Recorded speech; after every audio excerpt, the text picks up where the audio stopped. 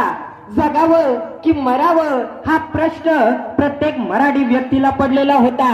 आणि अशा या परिस्थितीमध्ये स्वराज्याचं पहिलं पुष्प अर्पित करणारा जगाच्या इतिहासातील सर्वोत्तम राजा, ज्या राजानं महाराष्ट्राच्या प्रत्येक शत्रूला ठणकावून सांगितलं, कोल्ह्या कुत्र्यांचा थाट फक्त स्वतःच्या चौकात पण दुसऱ्याच्या चौकात थांबून शत्रूची वाट लावणं ही फक्त वाघाची अवकात, असे सांगणारे छत्रपती शिवाजी महाराज।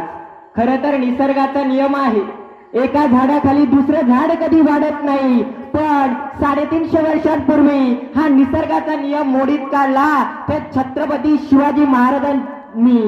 कारण शिवाजी महाराज नावाच्या वटवृक्षा खाली छत्रपती संभाजी नावाचा वटवृक्ष वाढला आणि गेली 9 वर्ष